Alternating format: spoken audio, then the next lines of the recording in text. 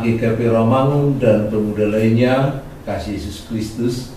Malam ini kami bersama dengan saudara kita yakni Daniel Putar-Putar bersama dengan Isabel Ladamanik dan dibantu oleh Ibu Dr. Dermawan Nadia di saat kita sedang membicarakan masalah kesehatan di tengah-tengah pandemi COVID-19 untuk para pemuda. Sebelumnya, mari kita awali diskusi kita dengan doa yang dibawakan oleh Daniel Putar-Putar. Mari kita bersatu dalam doa. Bapa yang bertata dalam surga, terima kasih Tuhan Yesus atas berkat dan rahmat penyertaan pada hari ini. Kami dapat berkumpul Bapa di gereja untuk melakukan diskusi kami Tuhan. Tolong sertai hati dan pikiran kami Tuhan, agar selalu disertai Roh Kudus dan dapat berdiskusi dengan baik Tuhan. Tolong sertai Tuhan agar hasil diskusi ini dapat menjadi berkat bagi kami dan bagi yang mendengarkan Tuhan. Terima kasih Tuhan Yesus atas rahmat dan penyertaan-Mu. Dan Tuhan Yesus, haleluya, amin. Terima kasih. Saudara-saudara, saat ini kita sudah bersama dengan pandemi COVID-19. Siap atau tidak, kita pasti akan bersama dengan penyakit ini sekarang, bahkan mungkin seterusnya. Bagaimana kita menyikapi ini sebagai anak-anak Tuhan? Kita harus mempersiapkan diri agar tidak menjadi sasaran dari pandemi ini. Sebagai anak-anak Tuhan, kita juga diminta bukan hanya menjaga kerohanian kita, tapi juga harus menjaga kesehatan tubuh kita, karena ternyata tubuh kita ini adalah pemberian Allah. Dengan tangannya kita dibentuk. Kalau kita lihat di Kejadian 2 ayat yang ke-7, dengan tangannya kita dibentuk, lalu dihembuskan napas kehidupan. Walaupun memang tubuh kita akan mengalami kematian, tapi kematiannya tidak dibuang begitu saja. Karena yang diciptakan Tuhan ini kemudian akan dibangkitkan lagi. Kalau kita membaca Roma 8 ayat yang ke-11, maka tubuh kita akan dibangkitkan dengan tubuh yang mulia dan akan bersama-sama dengan Tuhan Yesus memasuki kemuliaan Allah Bapa. Itu sebabnya juga di pengakuan iman kita dikatakan kita percaya akan kebangkitan tubuh. Oleh karena itu sebagai anak-anak Tuhan kita harus bertanggung jawab. Apalagi pada saat sekarang ada virus yang mengancam kehidupan manusia, kehidupan kita. Maka sebagai anak-anak Tuhan kita harus melihat firman Tuhan sebagai pedoman kita untuk mengatasinya. Di sini kami dengan 2 orang pemuda dan seorang ibu dokter akan memandu percakapan kita mengenai kesehatan dan COVID-19. Kami persilakan kepada para pemuda bagaimana tanggapannya. Kalau kita sekarang ada di dalam situasi yang sangat sulit, sementara kita beribadah juga terganggu, dan banyak hal yang terganggu, dan kegiatan kita juga terganggu oleh COVID-19. Lalu bagaimana sikap kita ke depan untuk menghadapi, karena katanya COVID ini tidak bisa lagi hilang dari kehidupan kita, hanya bagaimana kita menyikapinya. Kami persilakan siapa duluan untuk membawa percakapan kita. Saya rasa saya mulai dari saya, Mang ya. Saya awali diskusi kita dengan pertanyaan seperti ini ya, Mang. Apa hubungan kesehatan tubuh dan menjaga tubuh dengan Alkitab, Mang? Ya, itu memang satu hal yang sangat menarik, karena seringkali masalah agama, masalah kerohanian hanya masalah roh gitu ya, hanya santapan rohani. Tapi ternyata tidak demikian, karena Alkitab juga mengungkapkan bahwa tubuh kita ini tadi saya katakan pemberian Tuhan.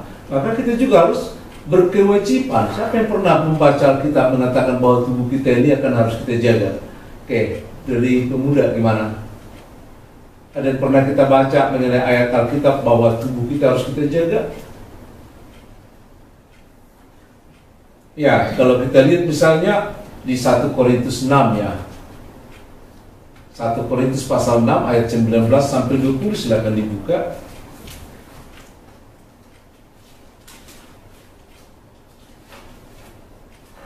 Ada yang dapat? Silakan dibaca lebih ikut supaya kedengaran. Oke. 1 Korintus 6 ayat 19. Atau tidak tahukah kamu bahwa tubuhmu adalah bait Roh Kudus yang diam di dalam kamu, Roh Kudus yang kamu peroleh dari Allah, dan bahwa kamu bukan milik kamu sendiri. 20. Sebab kamu telah dibeli dan harganya telah lunas dibayar. Karena itulah muliakanlah Allah dengan tubuhmu. Ya, jadi tubuh kita bukan milik kita sendiri. Persoalannya seringkali kita menganggap ini tubuhku, ini hidupku, sukaku gitu ya. Padahal nggak demikian. Kalau menurut Alkitab nggak demikian. Gak ada yang kita miliki dalam hidup ini, karena kita adalah ciptaan. Tentu kita adalah milik dari yang menciptakan, yakni Tuhan. Jadi nggak boleh kita menyimpang dari pemahaman itu, dan disitulah ketaatan kita. Atau ada yang lain, misalnya kita baca 1 Korintus 3 ayat yang ke-16 sampai 17.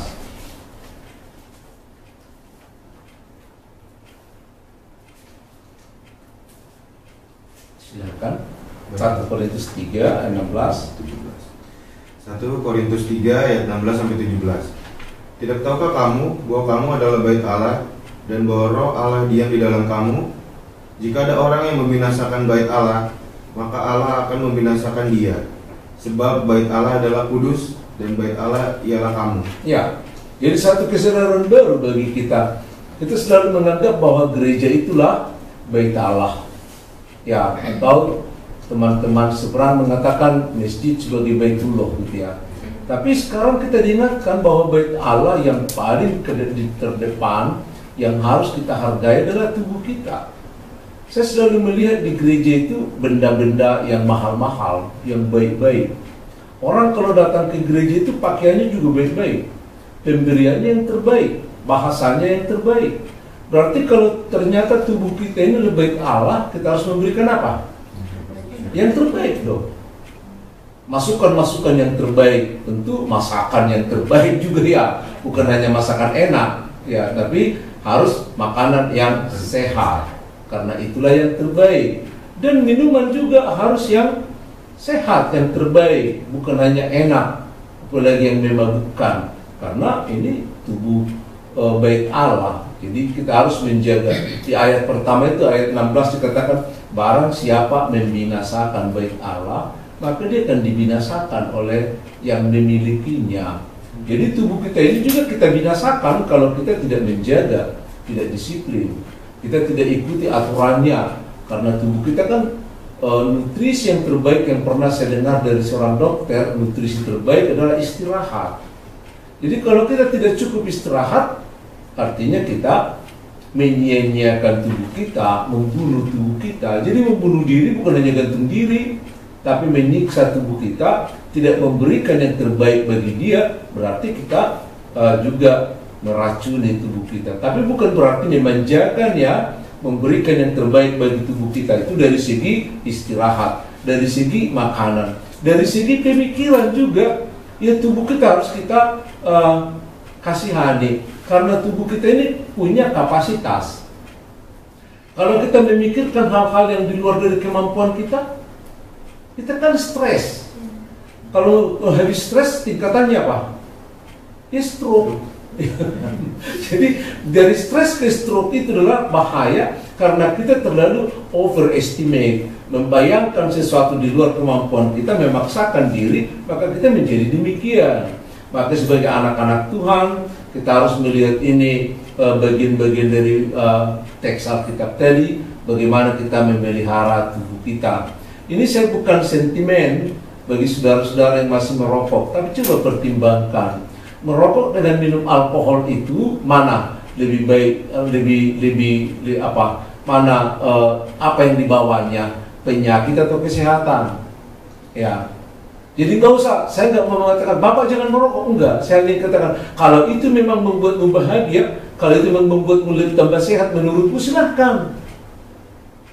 Ya silahkan gitu ya.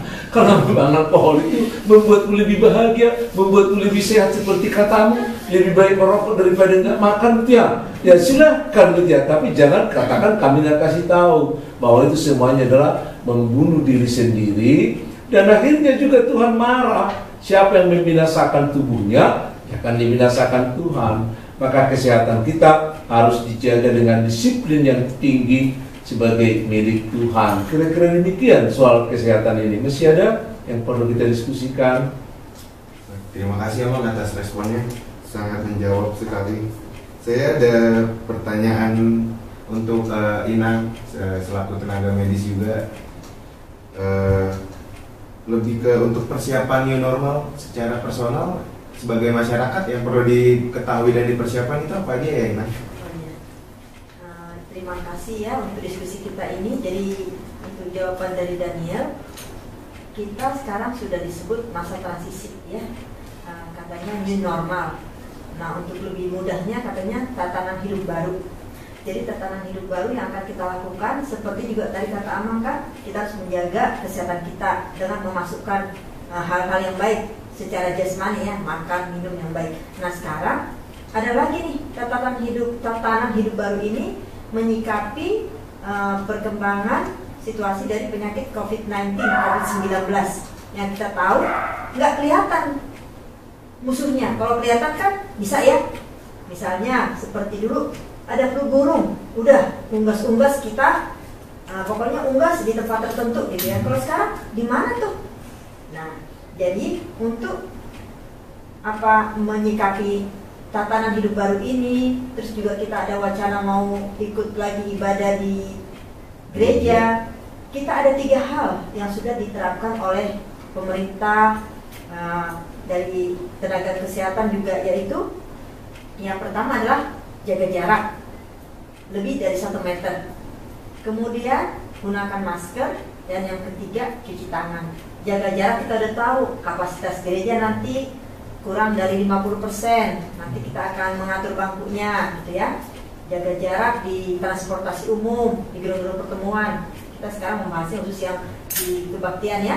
Nah nanti kita akan siapkan mungkin di gereja nanti akan dikasih batas-batas tempat yang bisa diduduki yang mana gitu ya. Itu langsung ke tempat itunya, ke tempat di gedungnya. Nah yang kemudian yang kita lakukan yang kedua adalah pakai masker. Sebenarnya kita salah nih ya pakai masker seperti ini, emang gimana nanti kalau kita tutup ini kurang jelas. Tapi kalau kita pakai mask sebenarnya kedengeran. Cuma kalau kita tutup ini, jadi ini nggak boleh ditiru ya. Nah cuma biar jelas, jadi kita pakai seperti ini. Nah masker itu ada banyak. Saya bawa contohnya ya. Masker yang akan kita gunakan itu, nah mungkin kita semua udah kenal nih, masker harganya mahal. Ya, ada masker medis. Ini 3 lapis. Biasanya kita pakai kalau merawat pasien di kamar bedah ya. Nah, beberapa waktu yang lalu karena langka, ternyata pemerintah menyarankan boleh masker kain. Maka kita dibagi oleh pemerintah, tiap keluarga masker ya, sudah dibagi nih untuk kita. Tapi ternyata kalau cuma yang dibagi itu gak bakal cukup, karena kita pakai masker ini hanya 4 jam ya. Kemudian sebelum 4 jam ternyata basah, misalnya kita keringetan nih, bergerak, kita harus ganti juga ya. Jadi kita harus cuci ganti. Jadi kita perlu masker minimal 2 1 hari. Nah kalau ini dicuci, nah berarti paling nggak ada 4 gitulah kira-kira ya. Maskernya harus banyak dan cucinya juga harus benar-benar dicuci, jangan asal cuci ya. Nanti dicucinya bersih juga, pakai sabun, pakai air panas, jemur di matahari, kemudian setelah itu digosok. Jadi perawatan masker juga. Nah masker kain rupanya juga tidak cukup kalau yang tipis-tipis. Perlu juga kita kalau punya masker yang ada tempatnya untuk meletakkan tisu. Nah, jadi nanti kita letakkan 2-3 lembar tisu, kita masukkan ke sini. Terutama untuk yang lansia, sebaiknya masker yang bisa ada tempatnya. Jadi bisa kita pakai lebih tebal ya, lebih tebal untuk masker ya. Terus ada juga kita tahu, tapi kalau saya ikut-ikutan masker N95 atau KN ya. Ini masker memang bisa disterilkan ya, tapi tidak disarankan cukup masker kain saja atau masker bedah jika perlu merawat orang sakit di rumah ya. Jadi cukup seperti itu. Kita harus punya masker ini, harus kita sediakan di rumah ya, masker yang kain atau masker medis jika bisa. Kemudian ada juga face shield ya, face shield. Nah, kita lihat nih di pasar itu ada pada pakai nih ya. Tapi ini juga merawatnya susah. Maksudnya kalau kita udah pakai gitu kita tahu, berarti udah droplet nih ya, udah keluar ya. Iya. Terus kalau kita pakai terus kita taruh aja di sini, sama aja. Ini harus kita lap lagi. Baik pakai hand sanitizer, mau pakai kampas alkohol, kita harus lap. kita harus gantungkan, angin-anginkan gitu. Jadi kalau kita misalnya nanti ke gereja pakai ini tapi terus kita bawa-bawa begini, sama juga. Tenteng ya. Iya, tenteng-tenteng. Nah, kena lagi. Jadi mungkin kalau nanti kita pergi ke gereja, kita bawa lagi tempat, kita masukkan, amankan, gitu ya. Tapi tidak harus sih ini, tidak harus ya. Yang penting masker aja.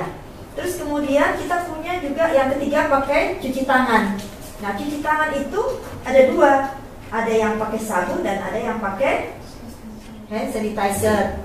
Pakai sabun, sabun apa aja sebenarnya? Sabun ya. Terus kita basahi pakai air.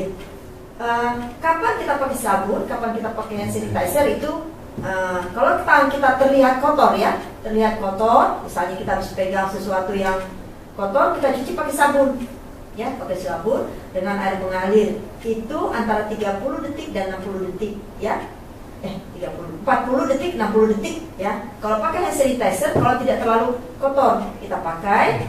Nah, ini antara 20 sampai 30 detik. Cuci tangannya juga tidak bisa asal cuci tangan aja, harus ada 6 langkah. Jadi kita satu gitu ya. Terus habis itu kita punggung tangan, baru kita sela-sela, baru ini, baru munci nih. Di sini juga biar dapat semua, baru terakhir seperti ini. Jadi, nah ini kering. Nah kalau kita antara 20 sampai 30 detik itu kering sendiri.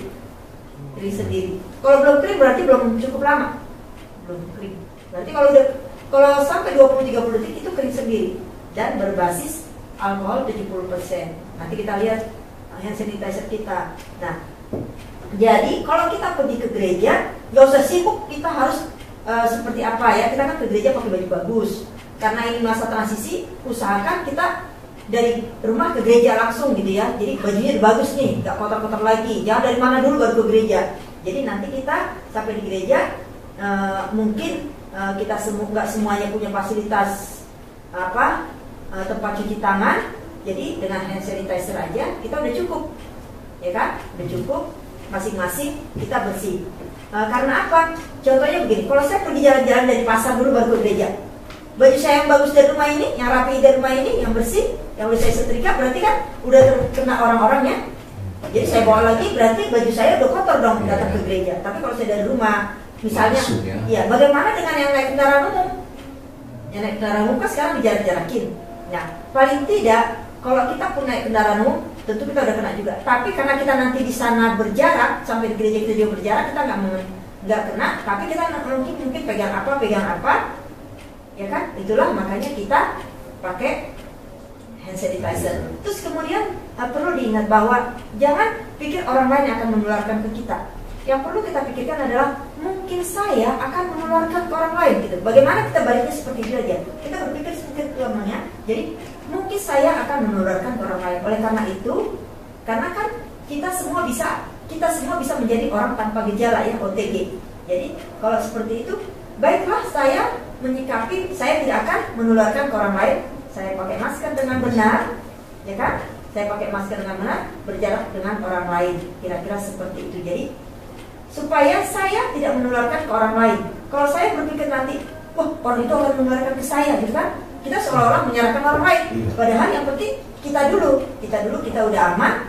Setiap orang berpikir saya aman, tidak menularkan orang lain, maka kita akan bisa beribadah dengan tenang dan aman. Kira-kira gitu.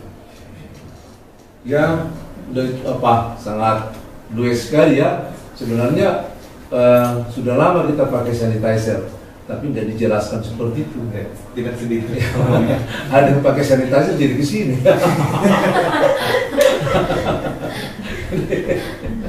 Ada yang cuci tangan juga, nggak peduli soal sabun, pokoknya bahasa. Jadi dengan jelas tadi diingatkan ibu dokter sama kita bahwa dengan cuci tangan, dengan sanitizer, dan bagaimana kita kalau mau ke gereja langsung dari rumah, jangan singgah dulu di tempat lain. Karena singgah di tempat lain berarti terkontaminasi kita di situ, kita bawa lagi ke dalam. Dan prinsipnya tadi, mari kita lihat dulu bagaimana supaya kita tidak menjadi orang yang menularkan. Maka kita jaga diri kita supaya tidak menjadi orang yang menularkan. Maka kita peliharalah tubuh kita ini. Bukan hanya menjaga supaya tidak masuk ke kita, tapi kita juga tidak memberikan ke orang lain memindahkannya. Itu yang boleh kita lihat tadi dari percakapan itu. Masih ada kira-kira yang boleh kita angkat lagi mengenai COVID ini? Gimana, Isabella? Ini dari kesehatan juga nih. Iya. Paling nanti. Saya paling mau membahasnya tentang yang kan nanti akan diadakan ibadah gereja lagi ya, normal lagi kita. Paling nanti hanya saran aja, paling kalau misalnya untuk yang datang ke gereja disarankan sih yang untuk umur 12 ke bawah dan 65 ke atas itu masalah usia ya. Masalah usia itu nggak usah tidak diperkenankan aja datang ke gereja, tapi ya sementara. Jadi lebih baik ibadah dulu saja online di rumah seperti itu, lebih baik kan untuk menjaga kesehatan juga, karena kan kita tahu maksudnya usia tua, usia yang masih anak-anak tuh gampang sekali terpapar penyakit, apalagi dengan usia-usia tua yang udah punya penyakit seperti jantung, hipertensi, yang udah ada penyakit pembawa, itu kan lebih mudah lagi terpapar sama virus-virus COVID ini kan. Jadi disarankan untuk tidak mengikuti dulu untuk sementara waktu. Terus paling usulnya nanti kalau untuk jemaat yang akan datang ke gereja, nanti kita seperti biasa kita datang ke tempat-tempat umum, kita termometer dulu. Jika suhunya 375 ke atas, disarankan untuk tidak mengikuti ibadah. Lalu nanti mencuci tangan sebelum datang ke gereja, kita cuci tangan dengan hand sanitizer dulu. Dan kalau bisa setiap jemaat yang akan datang ke gereja itu disuruh untuk membawa hand sanitizer sendiri ya. Terus yang tadi kata dokter bilang benar, untuk kalau nanti kita ibadah dijarak-jarakin 1 meter kurang lebih. Nah terus tidak berkenan untuk salaman, kan biasanya kan kalau kita kan ibadah sebelum ibadah sama selesai ibadah kan kita maksudnya kegiatan rutin kita selalu bersalaman, jadi itu juga tidak perkenankan untuk sementara. Karena ya benar kata dokter, kita nggak usah berpikir dulu kita nularin nih kita tertular nih gara-gara orang ini, gara-gara orang ini. Enggak, sebenarnya kita mikir, benar kata dokter, kita mikir dulu, kita menularkan nggak untuk orang lain. Jangan sampai kita menularkan orang lain itu bakal nyebarin lagi ke yang lain gitu kan. Ini bakal seputaran itu aja, nanti kita malah nggak selesai gitu intinya. Walaupun memang benar, COVID itu tuh nggak akan bisa selesai, dia udah masuk ke kita. Jadi siap nggak siap, mau nggak mau, ya kita tuh harus berperan sama COVID ini sendiri. Kita harus menjaga tubuh kita, merawat. Itu yang benar juga tadi kata Amon. Jangan cuman kita tuh ngomong iya harus ini, tapi kita juga kayak nggak jaga kesehatan, begadang tetap jalan, terus makan makanan junk food atau yang istilahnya nggak bergizi itu juga tetap jalan. Jadi jangan kayak gitu, maksudnya kita udah tahu kondisi kita seperti ini, itu juga sedikit lah mengubah pola hidup kita juga ya, seperti itu aja sih Bang. Ya, tadi kita udah jelas ya dengan syarat-syaratnya, syarat umum. Usia juga harus dibatasi, ada yang rawan. Tapi kalau saya lihat dari unsur kerohanian, karena kalau rohani kita juga lemah, maka tubuh kita juga lemah. Jadi kalau yang ragu-ragu, jangan datang. Harus memiliki kepastian, karena orang yang ragu-ragu itu lemah. Jadi kalau dia merasa nggak pasti kesehatannya, nggak pasti ini, udah lebih baik di rumah kita beribadah secara daring. Itu lebih baik bagi kita daripada kita nanti karena kita ragu-ragu. Orang yang ragu-ragu itu kan selalu membawa kesalahan itu. Coba dia kalau ragu-ragu di jalan raya, mau ke kiri, ke kanan, dan sebagainya. Sebenarnya kecelakaan itu kebanyakan dari orang yang ragu-ragu. Jadi kalau untuk menghindarinya, kalau kita masih ragu, silahkanlah, tinggallah di rumah. Dan kalaupun nanti dibuka ibadah, kita harus memiliki prinsip. Saya nanti akan coba buatkan spanduknya dari saya untuk mengatakan gini. Ungkapan kasih tidak selalu dengan sentuhan. Jadi ibadah kita adalah hatinya yang disentuh, tapi fisiknya tidak. Bahkan dalam memberi persembahan pun gak perlu sampai bersentuhan tangan. Nanti akan kita atur semuanya. Biarlah hati kita yang memberi persembahan, sementara fisik kita tidak perlu kontak dengan yang lain. Karena kita harus menjaga demi kesehatan tubuh kita. Karena kesehatan tubuh adalah juga kesehatan rohani kita. Masih ada kira-kira teman-teman pemuda? Dengan menanggapi tadi pembahasan kita tentang ibadah, Amang, saya mau nanya nih, Amang. Selama ini kan, selama wabah COVID ini, kita ada sekitar 2-3 bulan kita ibadah secara online, ya, Amang. Apakah secara Alkitab beribadah itu harus ke gereja kah? Atau dengan online di rumah kita bersama keluarga itu feel-nya kita tetap sama gitu untuk ke Tuhan dan ke pendetanya. Ya, secara teologisnya beribadah itu kita harus lihat, kita kan sedang berhadapan dengan Tuhan. Tuhan itu kan adalah roh. Kalau kita lihat dari Yohanes 4 ayat yang ke-24, barang siapa yang mau berdoa, barang siapa yang mau bertemu dengan Allah, dia harus bertemu di dalam roh dan kebenaran. Jadi ibadah itu sebenarnya adalah bagaimana kita sedang mengupayakan, meyakinkan diri dan pertemuan bersama dengan Tuhan secara roh. Kalaupun di gereja tapi nggak ketemu dengan roh kita, ngapain? Nggak ada gunanya. Itu percakapan Tuhan Yesus dengan perempuan Samaria. Jadi beribadah kepada Tuhan bukan di gunung sana, bukan di gereja sana, tapi dalam hati sebenarnya. Bagaimana roh kita memiliki bersama dengan Tuhan. Ya, ada satu hubungan yang baik dengan Tuhan, lalu kita menadukan semua perjalanan hidup kita, maka roh itu akan menyatu dengan kita, sehingga ada kolaborasi roh manusia dengan roh Allah. Itu yang kita lihat di Roma 8 ayat yang ke-16 ya, bahwa roh kita itu bersama dengan roh Allah. Kenapa kita kalau demikian beribadah selalu bersama di gereja? Karena beribadah di gereja bersama adalah karena dituntut di kita nilai sosialnya. Satu sisi. Jadi beribadah dengan Tuhan itu kita jangan seperti tiang hanya membangun satu hubungan yang vertikal. Tapi hubungan kita dengan Tuhan itu akan diaplikasikan dalam hubungan yang horizontal dengan sesama. Jadi ibadah bersama itu sebenarnya adalah ujian bagaimana aku dengan sesama. Bagaimana sesama itu ada di dalam hatiku, bagaimana aku di hati sesama yang ada itu, yang hadir itu. Jadi di situ kita itu namanya persekutuan orang-orang kudus. Jadi dalam ibadah itu memang perlu kita bersama, karena dengan demikian kita dipersatukan sebagai anak-anak Allah. Sebagaimana Yesus ada di dalam Bapa, sebagaimana Bapa ada di dalam Yesus, sebagaimana kita ada di dalam ketritunggalan itu. Jadi ibadah itu sebenarnya bukan hanya acaranya, tapi dalam suatu komitmen bagaimana kita ada di dalam Allah Tritunggal dalam naungan itu. Maka ibadah itu adalah sesuatu yang kudus sebenarnya. Jadi nggak boleh main-main seperti banyak gereja sekarang jadi bercanda di gereja gitu ya, dan banyak hal yang harus diperbaiki. Jadi ada saatnya ketika kita terancam secara kemanusiaan, maka kita kembali kepada hakiki dari ibadah itu. Harus dimulai dari diri sendiri, dimulai dari suasana roh. Bagaimana kita kembali ke situ. Yang ketiga, selama ini kan ibadah kita sudah lebih banyak di gereja secara formal. Sebenarnya di perjanjian lama ibadah itu harus dimulai dari keluarga, bukan dari gereja. Ini yang hilang. Makanya ada ibadah di gereja, tapi ibadah di rumah tangga nggak ada. Pasti orang yang beribadah di gereja tanpa pernah beribadah di rumah tangga, ini sulit untuk dikatakan ya. Tapi saya katakan ini suatu loncatan yang tidak sehat.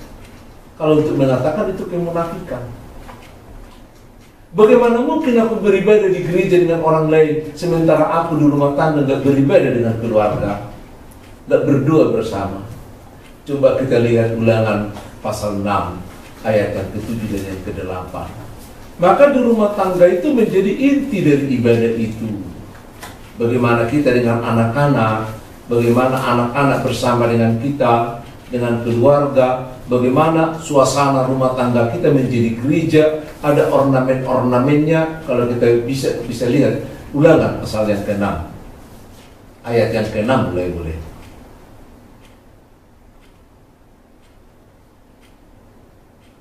Ulangan 6 ayat 6 ya.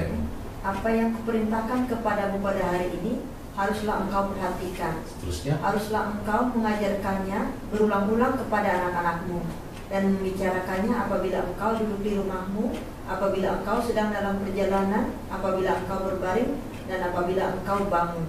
Ya, haruslah juga engkau mengikatkannya sebagai tanda pada tanganmu, dan haruslah itu menjadi lambang di dahimu, dan haruslah engkau menuliskannya pada tiang pintu rumahmu dan pada pintu gerbang. Iya.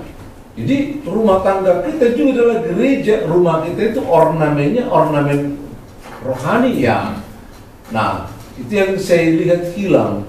Jadi kalau dikatakan kadang-kadang beruntung kita datang COVID ini, karena dalam 3 bulan ini ibadah sekarang dipaksa kembali ke rumah tangga. Siap atau tidak siap, memang dipaksa sekarang kembali supaya bapak-bapak yang ada di rumah tangga kembali menjadi imam. Supaya anak-anaknya, supaya bapak-bapak ini melatih anak-anaknya di dalam segala kapasitas yang ada. Entah salah, entah ini nggak jadi persoalan dulu. Tapi semua kita dikembalikan bahwa ibadah yang sesungguhnya harus dimulai dari rumah tangga. Bukan dari gereja dulu, tapi dari rumah tangga dulu, baru ke gereja. Maka orang yang di gereja ini adalah representasi dari kehidupan rumah tangga. Maka kalau di gereja ini bagus-bagus, berarti rumah tangganya. Kalau di gereja ini berantem, berarti rumah tangganya. Nah itu loh. Jadi gereja itu adalah representasi dari kehidupan warga jemaat. Kalau warga jemaat kita misalnya satu gereja ada 500 kakak gitu ya. Ada 500 kakak. Kalau kali 4 aja dalam satu keluarga itu ada manusianya, berarti sudah ada 2000 ya. Nah, kalau ternyata yang bergereja itu hanya 500 orang atau 700 orang, lalu kemana 60% lagi? Berarti rumah tangganya sedang bobrok. Maka sebenarnya gereja harus menukik melihat bahwa penyakitnya itu ada di mana? Ya ada di rumah tangga. Maka semua sebenarnya pelayan sebenarnya sekarang ini, mulai di gereja-gereja akhir-akhir ini harus menukik memperbaiki rumah tangga. Karena di rumah tangga itu sedang menjadi penularan penyakit seperti COVID lah ya. Di rumah tangga itu, karena rumah tangga itu nggak sehat. Buktinya sekarang rumah tangga itu nggak sehat. Anak-anak kita sekarang, pemuda-pemuda yang dibina di rumah tangga itu pada kemana? Ya, pada kemana? Jadi kembalilah, di satu sisi kita berterima kasih dengan COVID ini, kita diingatkan banyak hal. Rumah tangga sebagai basic dasar beribadah. Pribadi kita sebagai yang paling hakiki, karena harus pribadi kita berhadapan antara roh kita dengan roh Bapa. Karena masalah ibadah itu masalah roh, bukan masalah fisik. Banyak orang datang beribadah dengan fisiknya, rohnya di mana? Makanya jadi main game di gereja ya. Masih di gereja udah ngingatin, oh nanti pertanyaan, nanti ini dan sebagainya. Rohnya nggak ada, nggak di situ. Jadi beribadah itu pada intinya adalah roh kita harus di sana, harus betul-betul. Dan itu sebabnya juga, sekaligus walaupun kita masih pemuda ya, itu kadang-kadang ketinggalan gereja kita. Minggu kita sekarang minggu apa? Minggu Trinitas. 24 kali loh kita nanti bergereja dengan nama Minggu Trinitas. Masalah ketritunggalan. Tapi masalah Roh Kudus seringkali kita nggak pahami. Padahal kita sekarang berada di era Roh Kudus. Ya, di era Roh Kudus loh kita. Maka terakhir-terakhir ini saya masih berbicara dengan sapaan rohani masalah Roh Kudus. Minggu kemarin saya tekankan bahwa Roh Kudus itu adalah Allah loh. Ini bukan oknum lain, bukan oknum lain, ini Allah sendiri.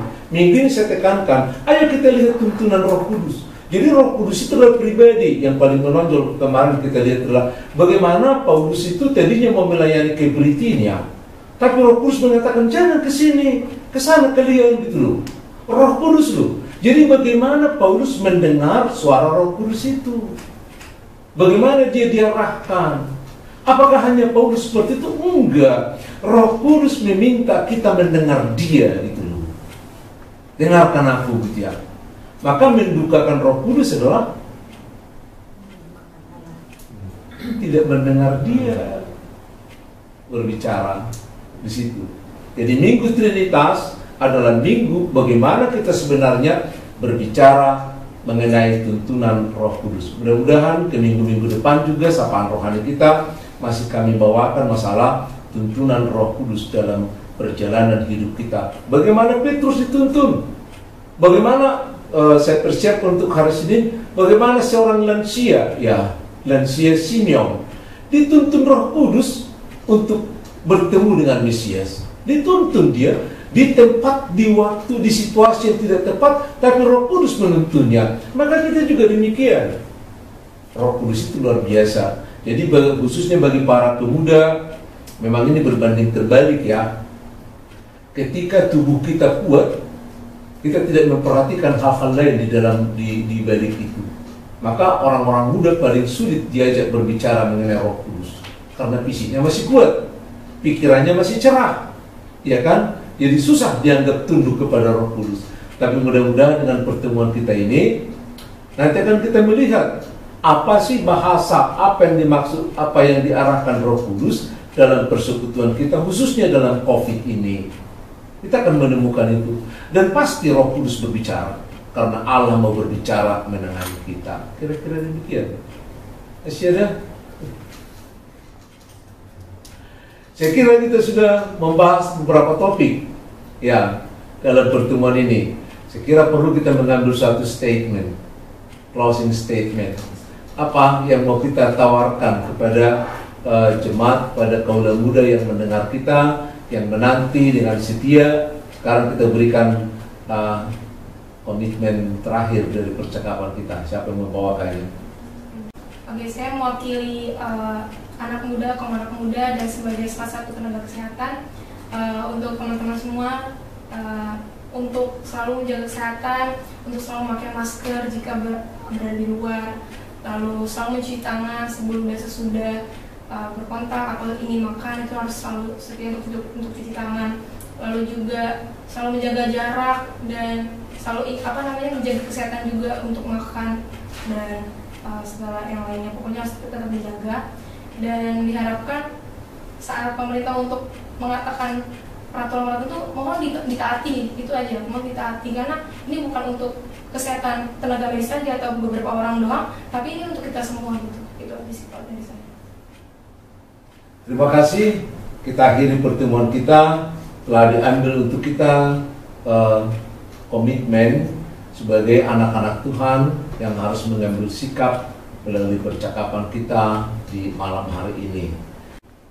Terima kasih untuk kehadiran Ibu Dokter. Terima kasih juga untuk kehadiran saudara-saudara pemuda-pemudi. Minggu depan kita juga akan membicarakan topik yang berbeda untuk membangun para pemuda kita. Biarlah apa yang kita bicarakan ini menjadi berkat bagi kita dan bagi seluruh yang mendengarnya. Kita akhiri, kita bersatu dalam doa. Bapa yang baik, kami mengucap syukur dan terima kasih.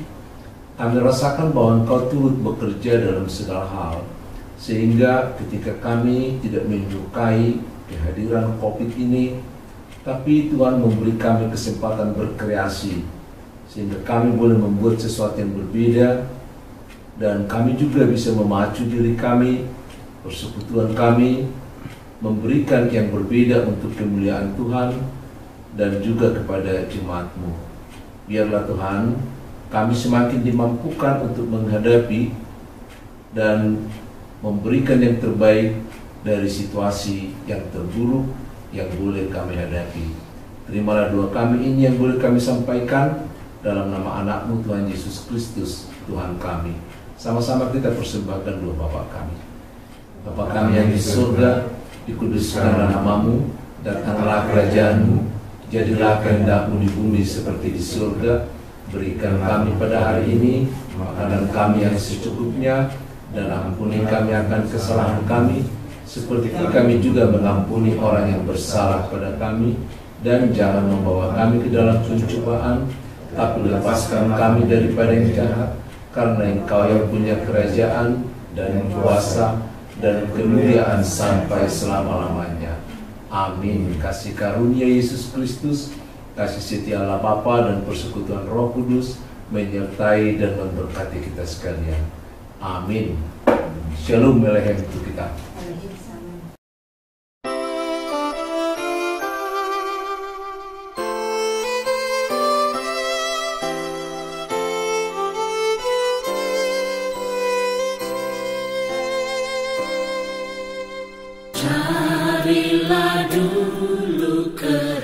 kerajaan Allah dan kebenarannya, dan semuanya akan ditambah pada